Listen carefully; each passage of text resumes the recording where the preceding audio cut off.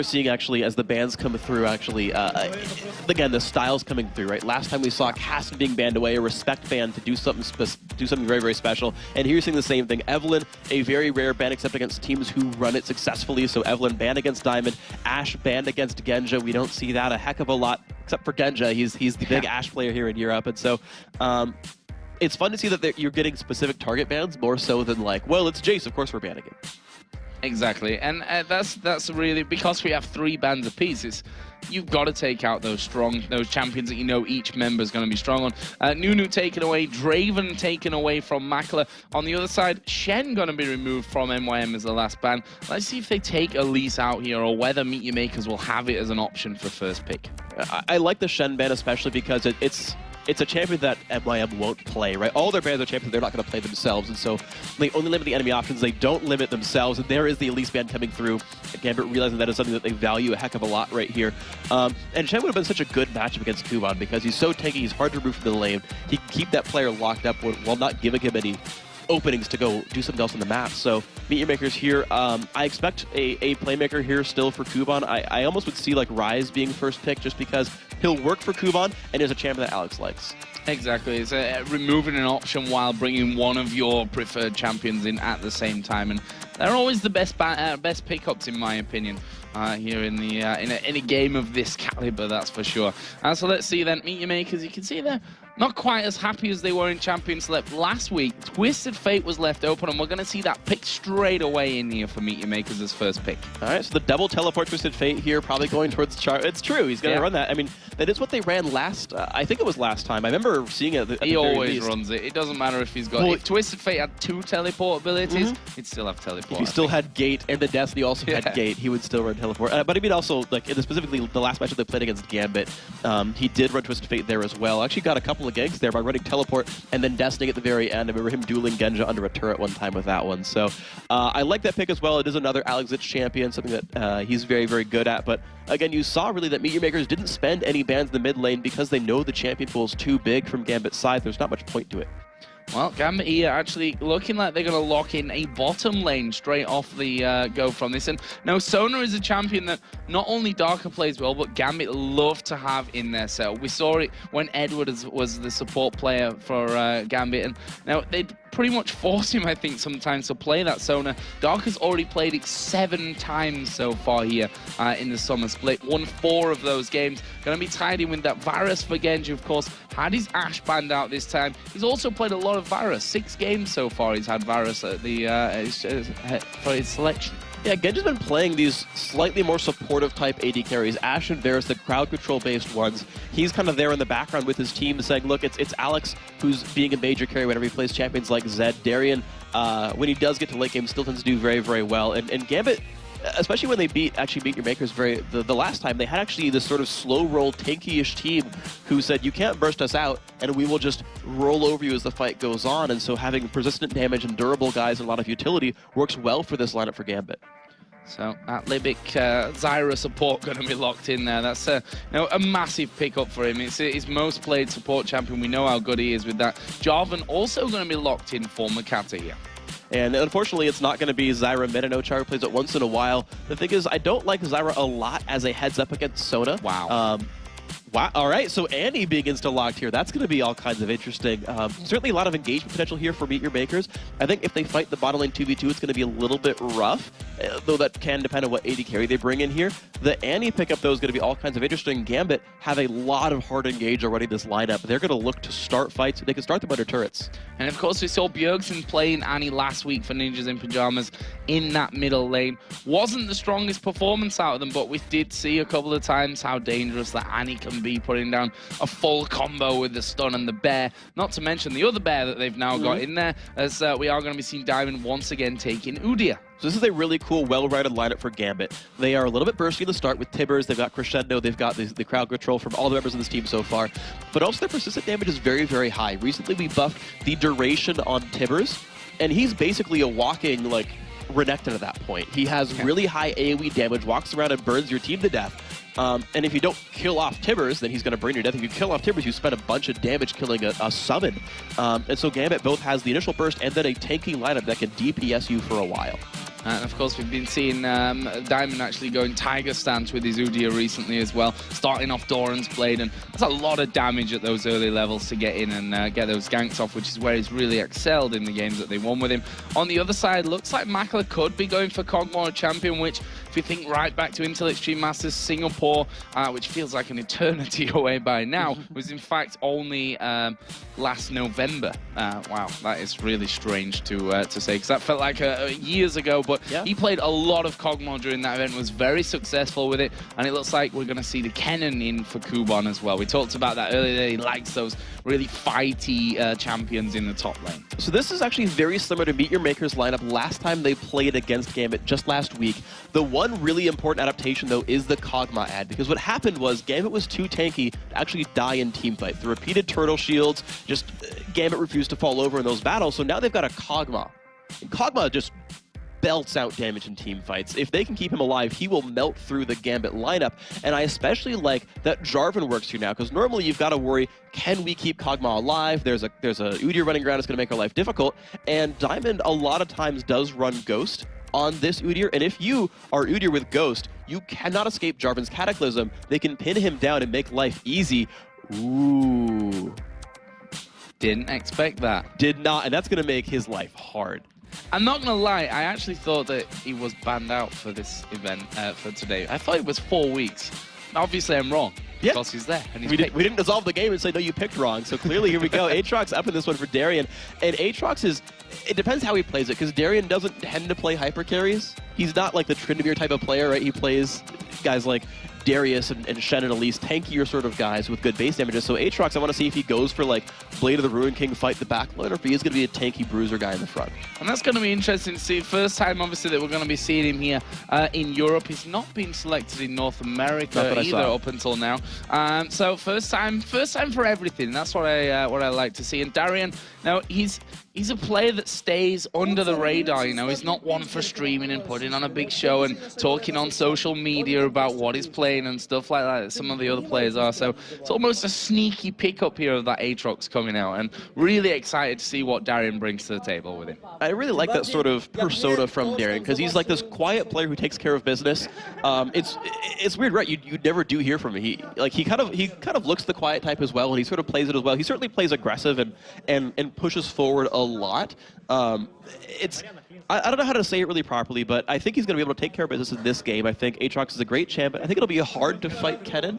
I feel like it's a little bit of a difficult matchup, but there will be spikes here. Like at level 2, if Darien can prime his W, switch it to the offensive stance, and dive on someone, you can pretty much two-shot somebody. And when you consider you've got Diamond here on Udyr, who did go flash, by the way, but you can make ganks happen on Kennen and just destroy him.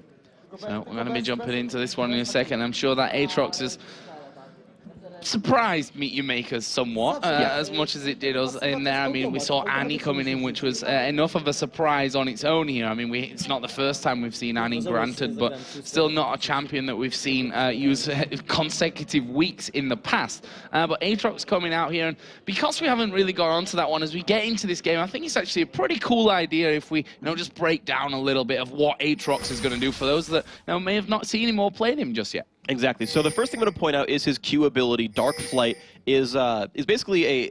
Think of it a little bit like Zach's Elastic Slingshot. He's going to dive forward and get a knock-up if he lands right on top of you. So he's got initiation there. And again, when you consider he's got Annie and Varus and Sona and Udyr guys with stuns, he's got his own crowd control. All of Gambit can start a fight, and that's great. His big important ability is Bloodthirst/Blood Price, his W. Basically, you can turn it on or off. When it's off, your third attack will heal you.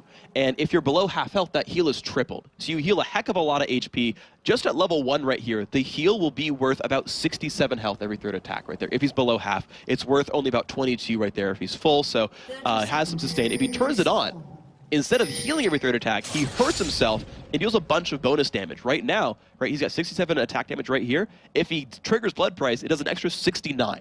So he's hitting you really, really hard with his auto attacks. And the other main ability you want to think about is his passive, the Blood Well. As he uses abilities and takes damage, he fills up the Blood Well. When the Blood Well is full, and you'll see that on his resource bar, it's going to be a red or a gray bar. When it's full, it's 50% bonus attack speed, and that scales linearly, so it's 0 to 50% based on the size of the Blood Well. If he dies, his blood well goes to 0, and he heals based on the amount of health in the blood well, and he comes back. And that's got like a 4-minute cooldown. If the resource bar is gray, it means it's on cooldown and he'll die for real. If it's red, it means that blood well is open and he'll revive and be all kinds of, you know, difficult to deal with. So frontline diver, deals a lot of damage, comes back, is hard to deal with, high damage source melee champion. So that's Aatrox making his appearance for the first time here in the LCS. And we can talk about the start of this game because it looks like Gambit are going for a switch and are already putting down some early pressure here towards that blue buff. Makata taking a lot of damage, did manage to smite that blue buff down though. Genja and Dark are not able to get a steal on that one. Meanwhile, Diamond has picked up his blue on the other side. And again, you see it, Tiger stance going in with a Doran's Blade start. So a lot of early damage going to be available here for Diamond when he does decide to go in for ganks. Notice that Alex Ich also started Doran's Blade, and he has a 625 attack range. That is the highest of any conventional mid laner here in League of Legends. He's 75 attack range above Charu's Twisted Fate. And that is, sorry, actually, he's actually 125 above Charu, or 100 above. He's at 525 base. So Alex can easily poke him out and then do a stun combo whenever he wants. That Doran's Blade going to make it even more painful. Actually, Bjergsen was running Armor Pen runes in that game that we saw him running Annie last time around, and he's going to go for the same here. Hybrid Pen marks, it's a lot of just difficulty to deal with right here. 8 flat Armor Pen right there, and of course a standard 21 offense from there for mages, but yeah, life will be difficult for this Twisted Fate. So, bit of a quieter start from this one. Obviously a 2v1, as I say, quiet. Alex Ich going to flash in here on towards Charu, put the Ignite down as well, doing a lot of damage but not quite able to pick up the kill. Makata was there to push him away from things completely, but you see that even Makata at level 3 just can't deal with what Alex Ich can throw at him. Actually, Makata going to dive in there, get stunned up, and Charu was coming in from that backside as well to try and make an impact. They don't quite lock Alex up, but they've sent him out of lane, which is a bonus because Charu can stick around for a while now. Yeah, this is actually pretty important. Charu did go boots 4 potions, so he's going to be back up to full health sitting here in lane. Alex does not have flash and is on a Doran's Blade. He does not have sustain. He has no good way of staying in this lane. If Makate can just get a flash flag toss, he'll get first blood, no problem. Oh, Kubon in trouble here at the top of 3-man dive coming in. Flash from Diamond, and there is the first blood. As he got the stun under him, a great flash coming out there from Diamond as well. Makata just started to come up there as well as Charu actually cancelled his teleport. He was going to get involved in that fight and decided not to. Yeah, it seems he felt very, very outnumbered, was not in position enough with Makata. And honestly, when you've got Sona, Udyr, and Varus ready to burst you out, you don't want to be 1v3 as a squishy Twisted Fate. Now we see Aatrox with Darian right now. He's leading technically in this 2v1.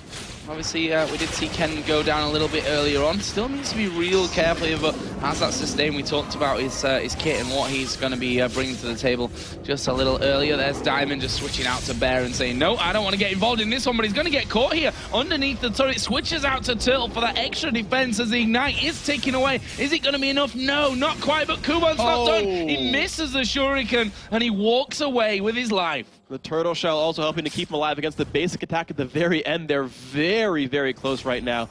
And Darian's actually waiting with Genja in the back. He's almost baiting for a turret dive to see if it happens. The thing is, Bloodwell heals over 3 seconds. You can't sit under the turret that long without getting chunked out by the turret. Right now, Genja has come back down to this bottom lane, which tells me they don't feel comfortable with how these 1v1s are going. They may be feeling as well that Aatrox is going to have a better time now that Kennen has died in the top lane. We'll see how that one all goes, but Diamond will surely be visiting that top again to give Darian some help out. In the mid lane, Alex Ich, 26 to 23 CS, so does have a lead. It's not massive, though, at this point. Gambit wants to put 2 people down in the bottom lane for 2 reasons, though. Number 1 is I think their matchup is better. Sona is just a good pick against Zyra. Unless you get hit by grasping roots over and over again, you'll out-sustain and win the mana war. And plus, whenever you have the passive up for Sona, she one-shots plants. And so it's very easy to just limit all of the openings here for Zyra. Secondarily, they want to make sure that they've got people in the bottom lane by the time Dragon becomes a real objective that can seriously be considered. They don't want to get that snuck out from under them. And the fact is that Cogmore in a 2v1 can farm to his heart's content, and that's a dangerous thing going in towards the later stages of this game. He's already got an 11 CS right now over Genja's Varus. So, this mid lane, we've already seen Flash initiations from Alex Ich, which only going to get more dangerous as he hits towards that level 6 mark, and Tibbers comes out, and look at that, level 5, half of Charu's health gone. And right now, as Ignites is coming back up in the next 15 seconds right here, and that's going to be almost enough burst to take down TF1v1. The question really is going to be, does Charu itemize against Annie? Does he go for an early, like, Null Magic Mantle, maybe Twin Shadows to get some MR? Does he go for an Abyssal Scepter? Or does he try to stomach it with just some Doran's Blades or Doran's Rings for health? Well, we'll be finding out right now. It's Doran's Rings at the start, which you could probably expect from him anyway. Doran's Rings, obviously, now that they are cheaper as well, make them even more viable from that side of things. Yeah. Genji nicely farming back up to exactly level with what Kog'Maw has with the wave pushing in for Makela's turret. We'll see about that one. As Alex Ich now is level 6, and I feel for the cameramen when there's a level 6 Annie with Flash and Ignite available, because that can go down very quickly. Yep, have fun with that one, guys. This is patch 3.8, so the Doran's Rings, as you said, are cheaper. They're only 60 health now instead of, I believe, they were 80 before, so only 120 bonus HP from those Doran's Rings. Not a lot. Will maybe make them survive like half of one spell extra, and if it's enough, then it's enough. But yeah, here comes the real time that moves start getting made, because ultimates are now available. Charu's teleports back up from cooldown. Of course, he canceled it earlier. He's got the Destiny as well. And the thing is, they can gank without his bottom lane being level 6, because they've still got rank 3 Grasp Moves. They've still got the slow from Kog'Maw. He can make things happen if he wants to. There is Alex getting his blue buff, and making him all the more annoying in this middle lane for Charu to deal with. He will be himself gifted that blue buff here in just a little while. Darian is still in the in the lead with that CS as well. Doran's shield with those boots coming in there as well, up against the Ken, who picked up a Doran's ring with his boots and a rejuve bead now. There's something I want to really point out here, though, that's interesting, is we talked about how rough this lane might be for Meteor Makers, but Makler has 58 to 42 advantage right there. They've actually pushed the turret down as well. So because these guys have not had to run around the map and have had an easy 2v1 for the start of the map, they already had a head start in the lane, and they pushed it through. But I also want to point out that Genja went Tear of the Goddess on Varus. Now, I understand it on Ashe because her Q will charge it and he'll hit that full mana really, really easily, but he's gone for it on Varus because he still wants to spam out, but that's not easy to charge until he upgrades to actual Manamune, and he's at bonus mana 8 right now. He's got a long way to go until that turns into Muramana. I'm curious to see what actually happens with that build. Definitely not the champion that will stack it up so quickly, especially when you compare it to his other main tier champion, that Ashe in there, of course. Top lane, pretty quiet as things goes for the top lane. I think both of them, there is a potential for a fight to go down there in that top lane, so got to keep an eye on that one. But Makata right now getting a ward down right on top of Diamond, who did, I think, a couple of hits there, couldn't quite get that third one off. But a very pensive game from both sides, really. Neither team wanting to give away an early lead at this stage. So here's the interesting thing about this. In the top lane, I feel like it's going to turn into a farm fest because Kuban can't burst Darian out twice. He can go for the ultimate and do a bunch of damage, but then Bloodwell happens. He gets back at about half HP, and he just walks away. And the thing is, even if he didn't have Bloodwell, there's still the Dark Flight to get away from an engagement here from Kennen. But Meteor Makers, surprisingly, are still looking to play aggressive. Even with an early game champion like Kog'Maw, they're pushing for the mid-turret. Well, are they going to be able to stick around now? Because you've got Darian coming down from that top lane. He walked through a couple of wards, so they knew his presence was there. And he might lose a bit of farm for that one as the wave pushes up on towards his turret from this. Not that he'll probably mind too much about that one. He just jumps over the top there, and we'll get that one done. The Dragon, of course, we've not been seen done up until now. 10 minutes into this second game of the day. You can see if Gambit decide to go for that one. I mean, they are a team that like early dragons. We've seen, especially with Udyr, in fact, moves from Diamond where he said, okay, Dragon, right now they take a big opportunity where, the bottom lane may have just gone back for, just one recall, and they'll go for it. Well, Meteor Makers have made their opening because Gambit's recalling right now, and MYM have a pink ward on Dragon. Now, Gambit, right there, Diamond put a pink ward himself in the nearby area, wanted to make sure he could see if Mim went for it. And the thing is, no one saw him put that ward down, so he will know that MYM starts Dragon, and no one will know that Gambit knows this. So it's a potential opportunity for Gambit to stab Mim at the back at Dragon and get a fight out of it. Or Limbic saw it and I'm done. Nope. Well, he's moving in. And he does have a pink ward, so he's standing in the brush. He doesn't know to do that one. He's got no idea that pink ward's gone down. So you were right with that one. Let's see if he can actually get Alex Ich here. Diamond just waiting off to the side. Thanks to that pink ward, knew that Libic was going to be waiting in there somewhere. As Diamond is once again going to have a wave under his turret. He's currently 10 CS ahead. Libic started to recall, and I think Diamond got itchy fingers, wants to come in there and interrupt him. Yeah, he knows the ward went down. He saw the particle come out. And actually in the top lane, no, it's a dive in from Darien. They are going to go in for this one. Kuban actually popping his ultimate from this. There's the slow coming down. And Kuban will manage to walk away from things as Alex here getting caught out in that mid lane. Puts Tibbers down on top of Makata. There's a stun out of Diamond. And look at the damage coming in. He's burning from the Ignite. He won't survive this one. And they're not going to have enough damage to take down Diamond in the process either.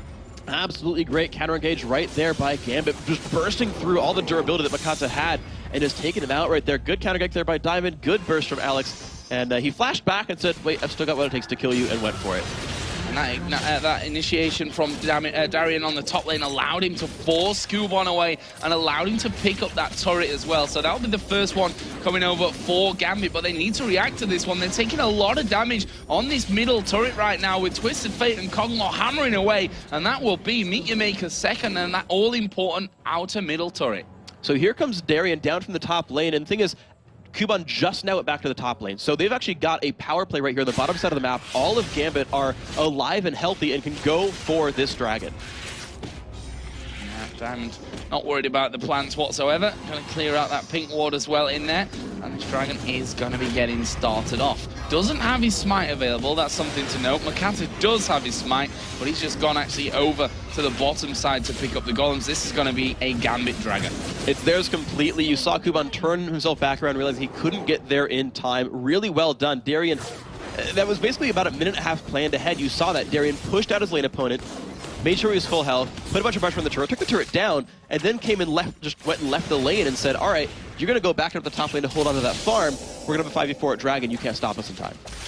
CS has been brought back to even in this mid lane. A bit of a stark contrast to our last game where Twisted Fate, obviously on Forellenlord, Lord, had a massive deficit throughout that matchup in terms of his CS. And he obviously does have that one kill, got that Hextech Revolver in there now as well. Needlessly large rod though on the other side, coming out straight off from Charu. So there's a couple interesting things right here. So Alex Itches, I want to point out one of the interactions with his abilities. So Disintegrate on Annie, for those who haven't played her in a while, it refreshes the mana cost if it kills the target. The mana is refunded. It's a single target spell. So it has full spell values. You'll heal for 12% of the spell's damage, and it's free on a 4-second cooldown. You'll get it for every minion you ever last hit. And so Alex can be at full health all the time, can happily harass and never take any losses here. Now Charu, he did actually pick up Anal Magic Mantle, realized he needed some durability to survive this lane because there's going to be burst from Annie, and is otherwise going for offense. Yeah, we just saw in that top lane actually Twisted Fate Destiny in, and Darien actually jumping away there, plus flashing away as well. He wanted to make up a lot of ground from that one, getting under his own turret. Actually stayed safe as a crescendo comes into Libic, gets sniped off Kenja though, missing the chain of corruption, and Libic's gonna walk away. He was just putting a ward down. Yeah, but this is Gambit. They're an aggressive team. They will happily take a fight if they see it right there, any opportunity, and they will go in. And again, every member on that team is empowered to be a playmaker. They all have an initiation ability and can start fights out if they see something. The rest of the team can follow up. So you're going to see this kind of stuff from Gambit over and over again.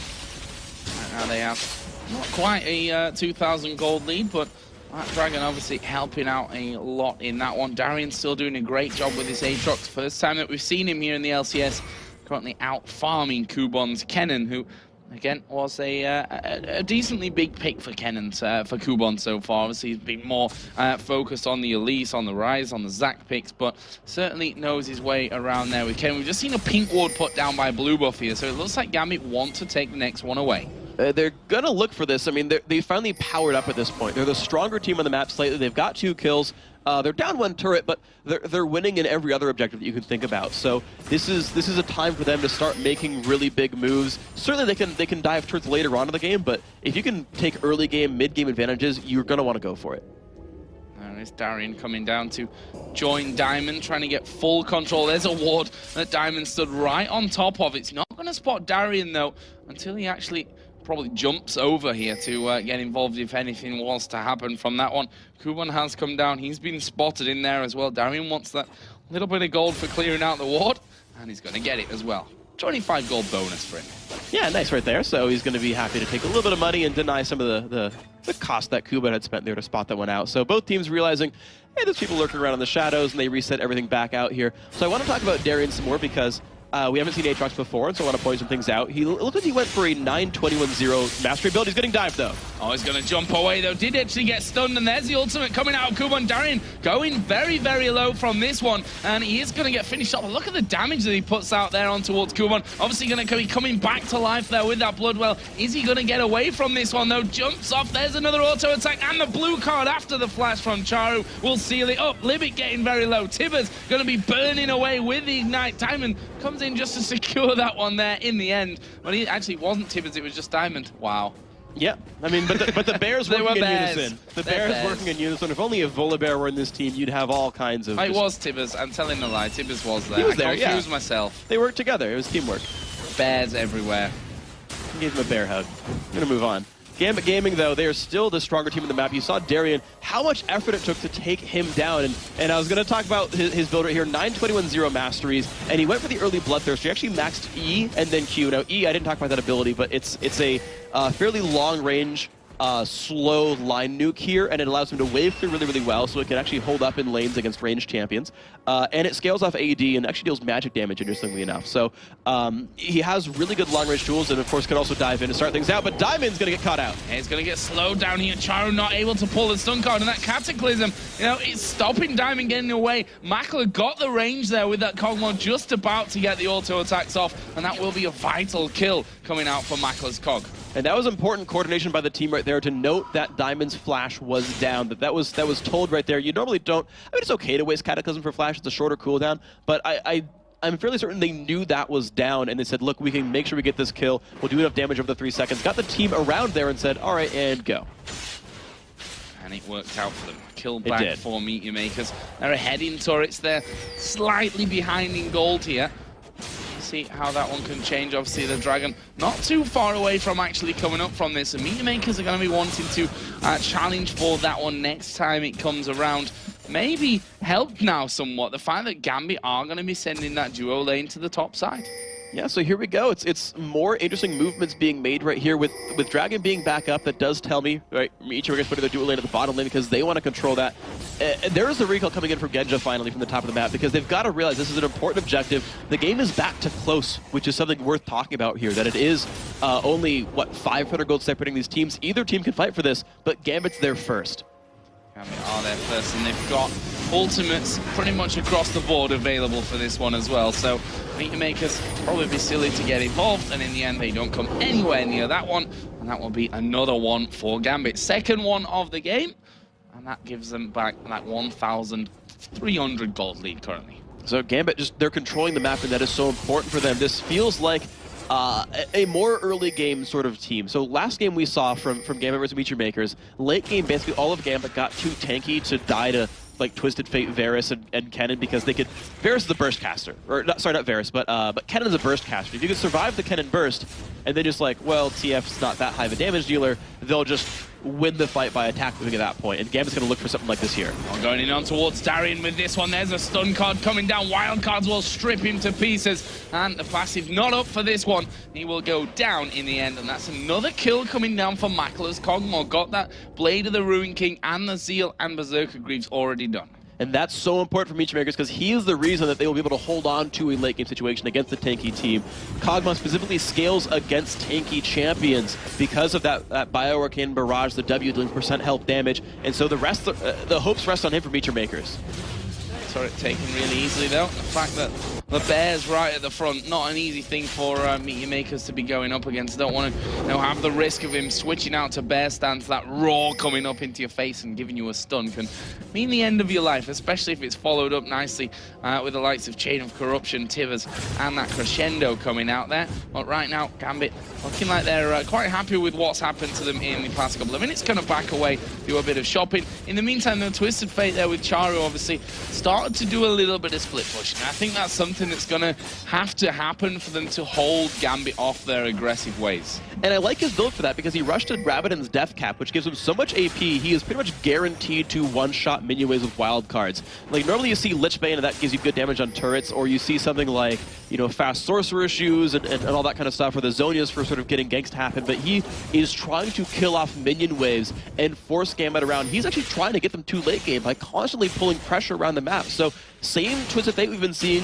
You know, it's clearly it's Twisted Fate. We've seen this champion before, but he's playing it in his way in order to create opportunities. He's got double teleports. He can go anywhere he wants and keep stretching Gambit out.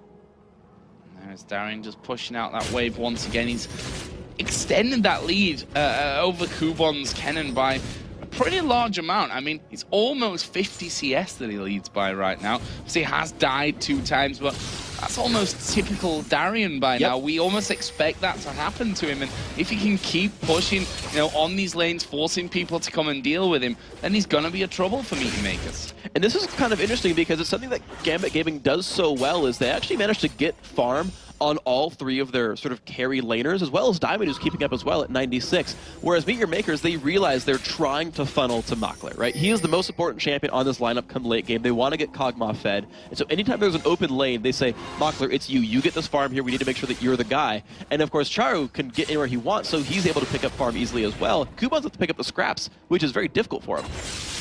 Yeah, especially if he misses his shurikens like he did with that last wave. But you know, once Makler comes in, he's kind of second fiddle when it comes to the farm there anyway. Yeah. There's a pink ward put down to make sure that they've got that vision of the mid lane. Charu himself nicely farmed up at 187. That is a little bit behind, but he's only 120 gold behind overall when you compare him to Alex Itch's Annie. Now that Twisted Fate passive is really helping keep the team up right here. A 2,000 gold difference is not massive, and we keep talking about those minion kill differences, right? And they're certainly there, and it's part of the reason that Gambit are ahead. But the team that's equal in turrets, up 2 dragons, equal in kills, up in minions, only 2,000 gold difference is that Twisted Fate passive. So Charu is passively helping the team. Another reason to have that Twisted Fate inside. And, yeah, or a Zillion on the other side as well, which is not something that we've seen very often, but Meet Your Makers have run it. They have. They like those passives that help out everyone. Where's the Janna? Same time. Where's the Janna? So, Alex actually headed up towards his top side there, maybe looking to try and head Kuban off, but Meet Your Makers doing a typical Meet Your Makers thing, which is putting as many wards as they can down onto the enemy jungle once they get those outer turrets down. You can see the top side, you can almost trace the route that Libic had taken up there to put all those wards in position and get that vision up. Meanwhile, Makler is pushing that bottom lane out as well. He's had a good 2 or 3 waves of farm coming his way, and he's starting to build again another healthy lead up over Genja.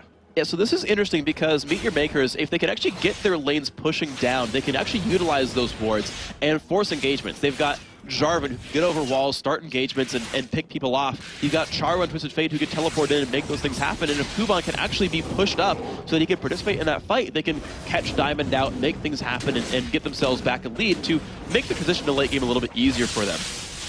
The problem is they're having a hard time doing this. Gambit are constantly sending people to the right places, keeping their lanes off their own turrets, and allowing this to you know, stopping this from actually happening. Finally, it seems to be cracking here for Meet Your Makers. Kuban is probably going to get this top turret. Yeah, that would be a nice little pickup for them as well, although Genja is, I think he was thinking about coming over there and realized, okay, by the time I get there, it's probably gone anyway. Let's take the golems away while I'm there. Why not? Yeah, there's lopsided vision on this side of the map is the thing to really point out here. You've got a lot of blue wards on the top side, only 1 ward for Gambit in that upper jungle, and so Genja sort of realized that he has no idea who's waiting in the wings. Can Charu show up? Can Makata show up? I have no idea. And now here comes the fun thing, because Meet Your Makers can shove this top lane and go for another turret as a response to Dragon.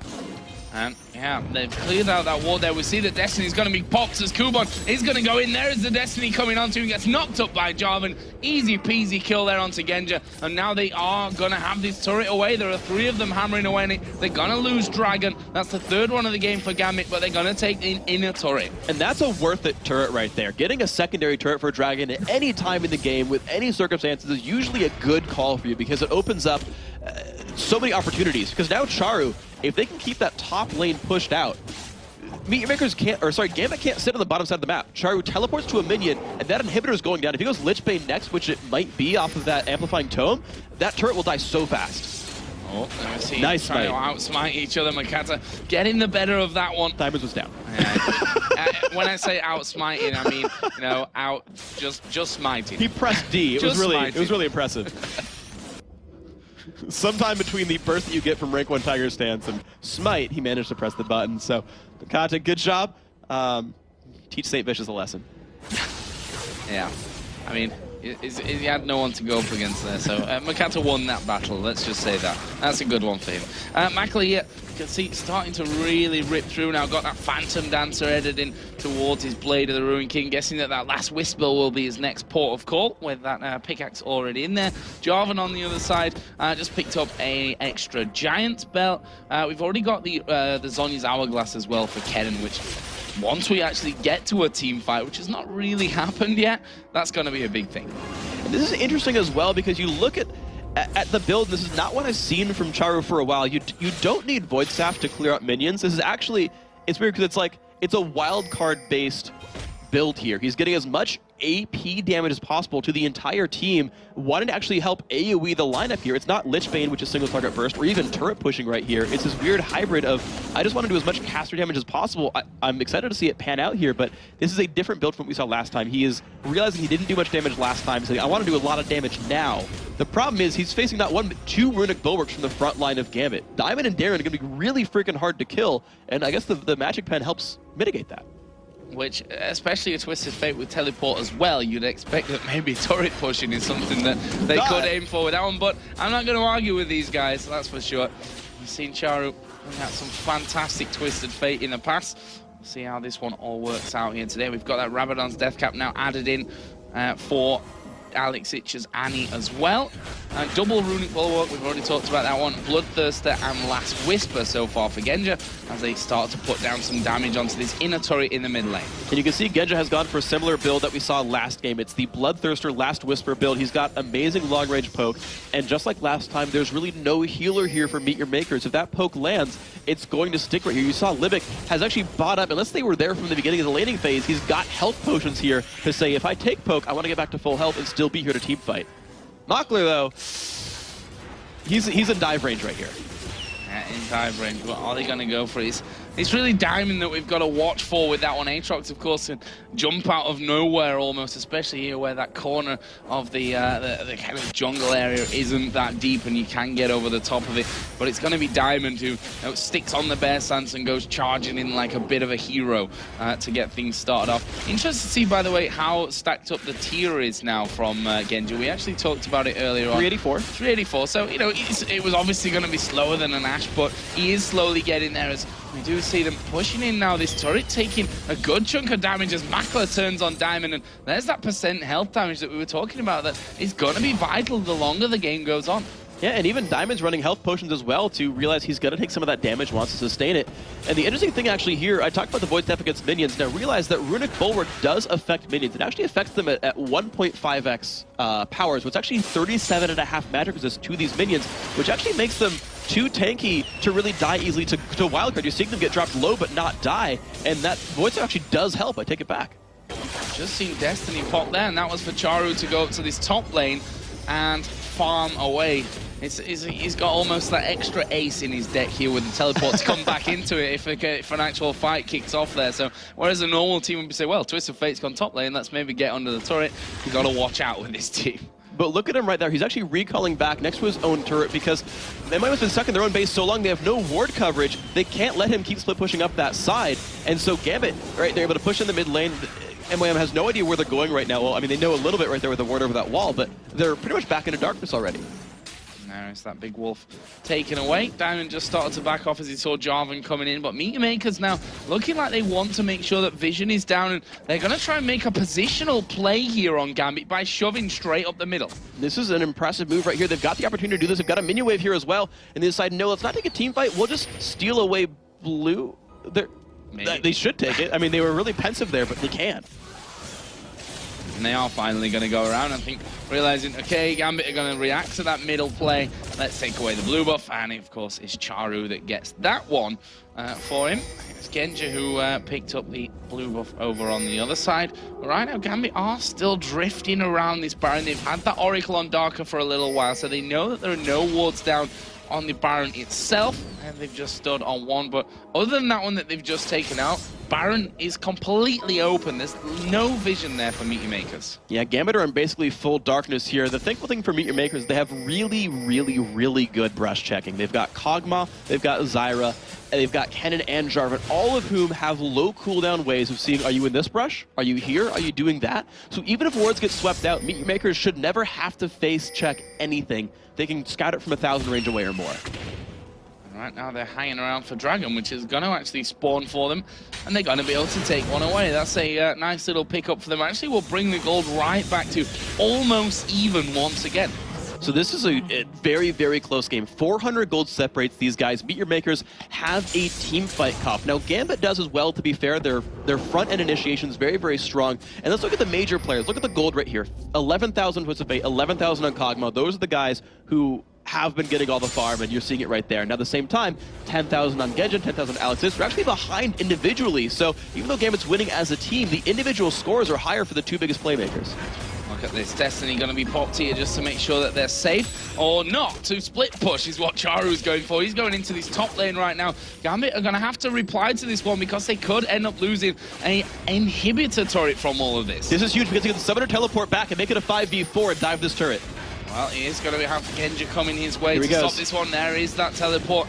Going to be coming down, and he joins straight in onto the fight. He's got that sheen now as well, so he's going to be doing a little bit more extra damage from that. And they do take down in inner turret number 2. Great play out of Meteor Makers, and that's what you expect to see out of a Twisted Fate with teleport. That was a worth it teleport right there. Charu played that exactly right. Again, because the inhibitor is worth so much, you must recall to defend a Twisted Fate. You absolutely must do that right there. Gambit just checks and realizes, damn it, you got the dragon last time. There's nothing for us to do here. We can try for Baron, but you're probably not going to be able to get that one. They're actually moving towards it, though. They're going to pull attention from Meteor Makers or possibly rush it down in time. Yeah, the funny thing is that NYM aren't really in a position to talk, to do anything about this one. I mean, they've got Twisted Fate, who's got no Destiny, got no teleport for a while. Jarvan's coming up there. His smite is available. That could be a big thing coming in. But the rest of the team are too far behind, and Gambit might be able to actually take this one away before NYM can do anything about it. It's down to 2,000 HP already as Alex Hitch going to flash over. Makata goes in, tries to get the steal as Kuban jumps in on top of them as well. That will be Baron going down for Gambit here as Darian takes a lot of damage. He's going to come back up thanks to his passive. Crescendo comes across the side of them. Diamond now going to focus on towards Libic, onto Kuban. Can they finish him off on this one? He's burning, will end up dropping down, and now Diamond goes in there, bare stance. There comes a piercing arrow, and this is looking like it's going to be an ace. Aatrox jumps in for the double kill, and it will be an ace and the Baron for Gambit. Really well played team fight right there. They focused down Makata at the very beginning there, did not let him get across the wall. Flash, Cataclysm, everything was up, and Alex bursted him out right there despite all the help on Jarvan, and that meant Diamond could take the Baron on his own, and then you just saw the front line get melted down, the DPS so high when one of the major initiators can't land his spells. Look at that damage coming in as well. Those buildings not worth much once this Gambit attack force is on it, and they've got a full bottom lane here to clear out. The outer turret still stands, but those super minions are going to start streaming into the base. Gambit going to have a decent amount of cash to spend here, 2,500 for Genja, 3,800 for Darian to spend when he goes home. That's a lot of cash. He can get pretty much whatever he wants. You can go double Guardian Angel on Aatrox, but makes it so incredibly hard to deal with him. I actually like Darian's build here because he went Bloodthirster, right? Okay, he had a runic bulwark and all that, but he's such a high damage threat that he was actually focused down second to Alex Itch in that team fight, and then revived back up and was like, okay, it's 4v2, no big deal.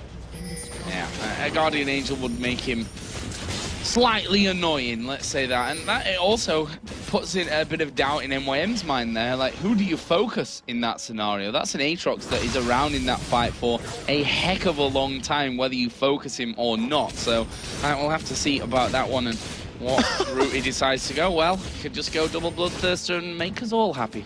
That's going to be awesome. Darian, I mean, not only with the Blood Well, but Bloodthirst is... Wait, what if its ability is called Bloodthirst? He's just role-playing at this point. Dear God. All right, so Darian is a really big damage threat here. He's going to want to wait on the Bloodwell coming back up. He's got, I would say, about 2 minutes left on the Bloodwell cooldown right here. So I don't know if Gambit wants to wait for that because they'll time out Baron at this point, but it is worth noting that Darian is fairly easy to kill with Bloodwell down. He did pick up a Giant's Belt as well there, we should mention on top of his Bloodthirster as well. Or was that already there? He got that as part of the big buy. It's part of his, I think, 4,000 gold by the time he actually went back, which we don't have to say. It's a big spike of damage that Darian's going to have coming back in. Right now, though, he may walk into a trap. There is Libic and Kuban waiting in this bush. The question is, well, now they probably don't want to go for this one, as the bear is going to start roaring out, and they're going to realize that one's happening. Kog'Maw actually coming in from this backside, and looks like Gambit not going to go for this fight. It may just wait until Alex comes around this side, though. He's running elixirs right now, so he wants that extra last bit out of if I can talk, out of everything that Annie can throw down. There's 1 minute left on Baron. This is the time for Gambit to just take control of everything right there. They've got Baron, they've got an inhibitor dead. They can make their way into the base very, very heavily. They're going to take as much as they can. And Darian just doesn't care about damage. There's a chain of corruption going to come out here on towards Libic. He's a dead man. They focus over on towards Kuban. There's a great crescendo coming out of Darker, focusing on towards Makler. Makata going to actually cataclysm right on top of them. Darian off the side here is very, very low from this one. They're going to have to try and back away, but they've got Baron still here. That's going to be regenning them up. Diamond, even though it looks like he's low, it's kind of deceptive once that turtle comes out as well, and that will be inhibitor number 2 going through, and the super minions streaming in. They may be able to finish it. I don't think Makler can 2v5 this right here with Makata. They could try, but the turret is going down. This could be Gambit's game. Yeah, this is going to be Gambit's game right here. Super amounts of damage coming down from all sides. Second Nexus turret will actually fall here, and they wait around. Are they going to go for more kills? That would be typical Gambit fashion at this point, but they focus finally onto the Nexus and take